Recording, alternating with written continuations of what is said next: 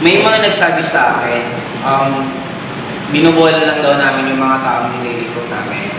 Pero actually, i-define natin muna ano ba yung talagang bola.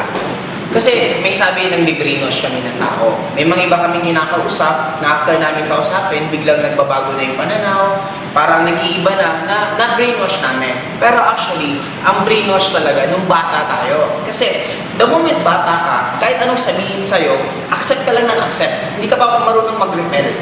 Pag sinabi kang gwapo ka, gwapo ka, gwapo ka, ang thinking mo talaga gwapo ka. Pangit ka, pangit ka, pangit ka. Ang thinking mo talaga pangit ka kahit anong itsura mo. Ngayon, nung bata tayo, ano ba sinabi? Mag-aral, mag-aral, mag-aral. Pag nakapag-aral ka ng gaganda buhay mo, yun po para sa akin ang totoong brainwash, totoong bola. Bakit? Ang daming ginawa yun. Nag-aral, nag-aral, nag-aral. Nung graduate, gumanda ba buhay? Hindi. Pero imagine mo kami, habang pinipresentan ka namin at na-open yung mind mo, hindi ka namin nabobola. Bakit? Nasa adult ka na. Kung nasa adult ka ng pag-iisip, kahit sabihin ko, bentang kita ng bato, sasabihin ko, bato to ni Darna pag ininom mo, o magiging Darna ka. Siyempre, hindi ka maniniwala. Bakit? Alam mo kalokohan yun. Kaya ka naniniwala sa akin, hindi dahil sa nabobola kita.